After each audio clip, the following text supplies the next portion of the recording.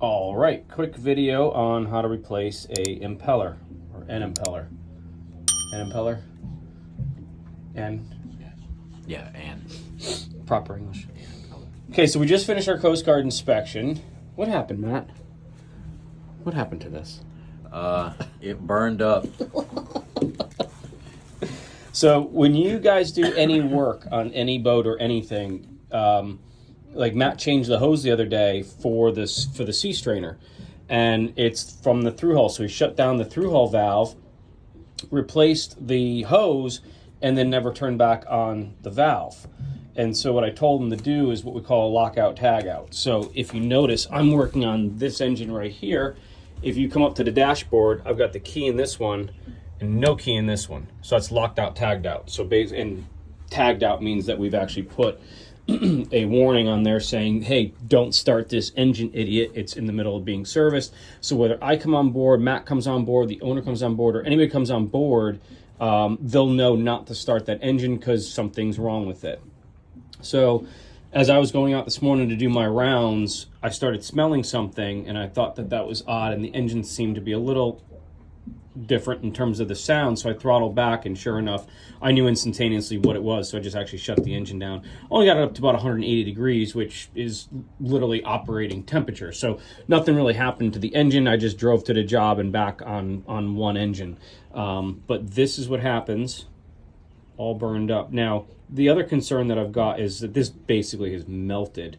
All the fins are there, but sometimes these fins will actually break off and they'll end up inside the cooler, and they'll end up in that plate right there, and then it'll decrease the amount of rate of the water flow, so it'll decrease the cooling. So you got to pull those end plates off, get out all the garbage that's in there, and then you can start all over again. But I'm going to assume that all the blades are still here, and everything that you see here, this is what was smoking this morning. So I've inspected this, although it's nice and shiny. We've cleaned it up, basically polishing it with this.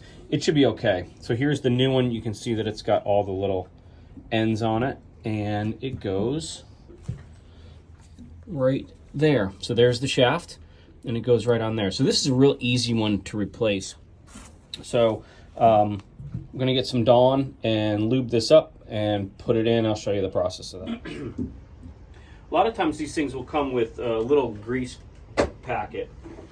They suck. They don't do anything. You know what does stuff? Dawn. Dawn works on everything. Oil, grease, lubing this stuff up.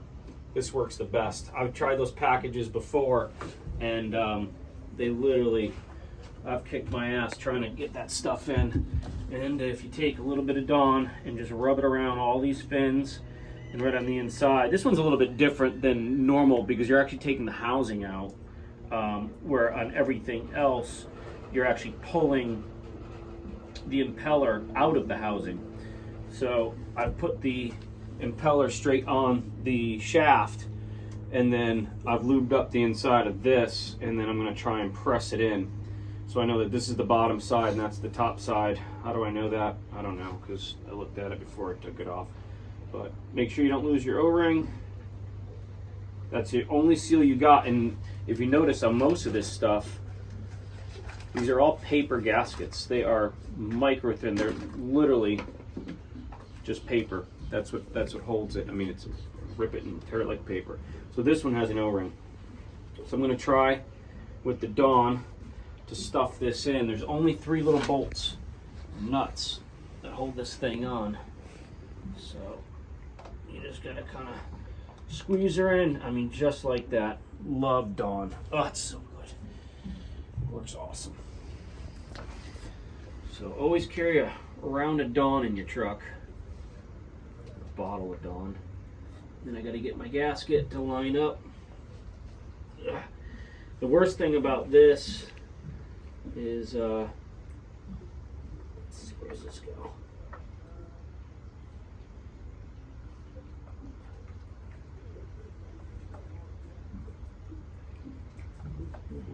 Right there. That goes right there. Okay, this one goes through. You got one on the bottom side, and it's just a pain in the butt to get to. I don't know if I put this in right. Did I put this in right? No, I shouldn't have. So clearly I'm just figuring out that I've got the stupid thing on backwards. Thank God it was easy. Only took a minute for me to switch it around and made the connections, and it went on within a couple of minutes. So I struggle here for another minute because I'm looking at it backwards, and well, that's just what happens. Put this in wrong. I thought I remembered this side being the downside. But anyway, we can put it in and twist it. That goes great.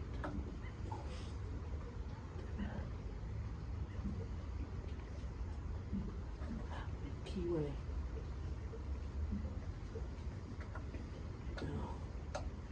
There we go. Okay. So, here's my bolt. Just get them started first. So make sure you get all three in.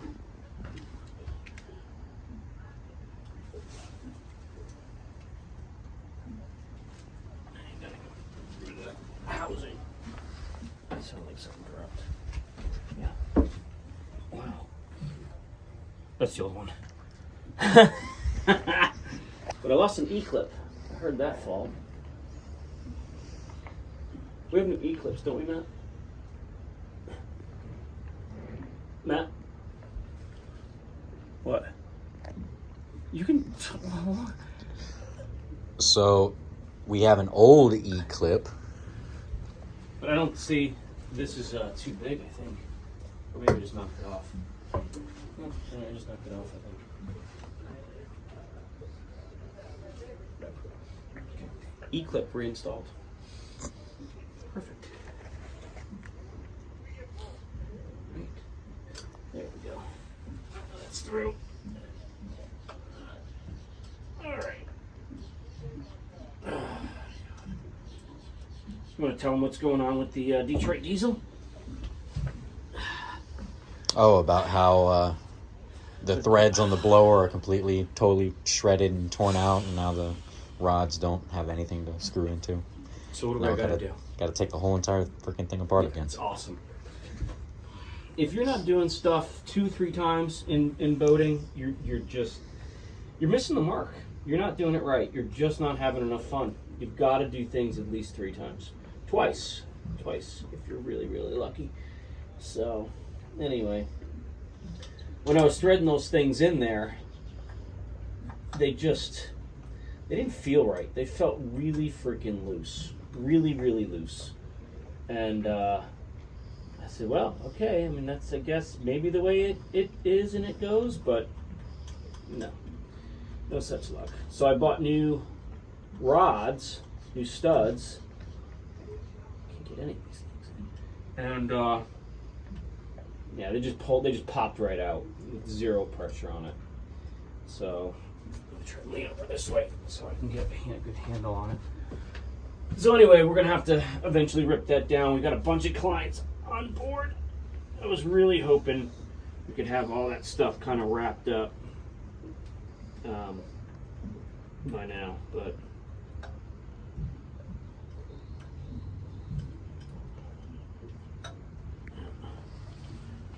as usual, this is a pain in the butt to turn to get in here.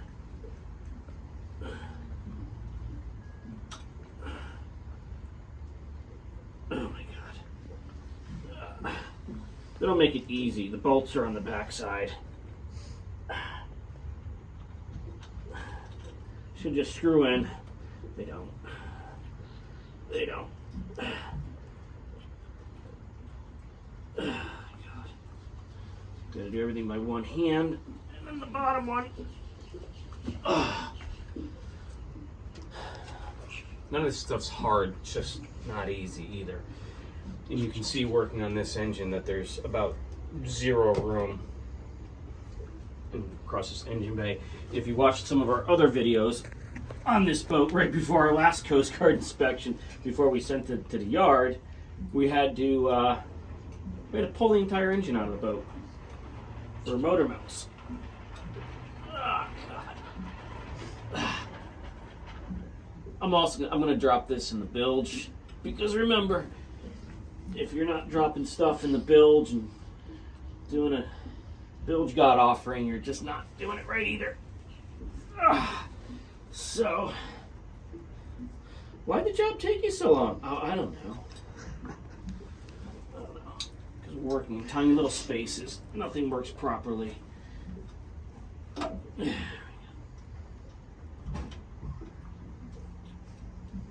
I think that's maybe caught, maybe not.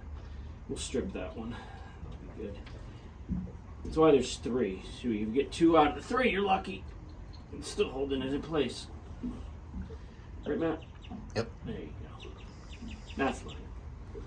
75%. That's what we need. 75%. Oh my god, I can't find the hole. It's around here somewhere. Backside. Alright, well, you can see how easy this is, assuming you can get into it. I'm going to tighten some of these up, and then I'll get this last one in. And then there's just 2 hoses. It's easier to take the hoses off. It takes all of 2 minutes, and there's just less hassle. And you can get the, it's a 7/16, by the way, nuts, bolts, whatever. It's easier just to take off the supply and then the discharge on it, because you're not binding up on a huge hose. So it's easier to get everything to get lined up. I've tried it once before and I don't want to take that off. It's just easier just to do it this way. Take it off, do it right, and then make sure your hoses are all tight again. And then before you shut everything down or close everything back up, check for leaks. Make sure that nothing's leaking. You run the engine, make sure you got water flow. I'm actually going to fill this whole thing with fresh water just so I can backflow it, to make sure that when I turn this on that there's water inside this pump, so I'm not burning up my impeller again for the second time, because obviously there's been no water in here for my entire ride home. So want to make sure that there's good water in here. So I'm going to get this tightened up. We'll get the last one and I'll do a video of everything back together again. We'll fire it up and make sure it runs. So you can see we just started up. I was just telling Matt, one thing I also like about putting Dawn on it, see all the bubbles? That's how I know it's flowing. So it looks good. Put the key back in, started it. Now again, it's going to take, we filled the whole thing back up a little bit, but it still takes a minute to prime.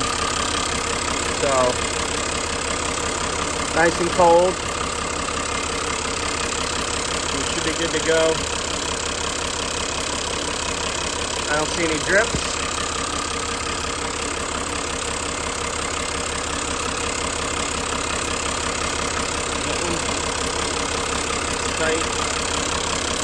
Alright, so we'll let this run for a minute, get the Dawn out of it, and then we should be good to go.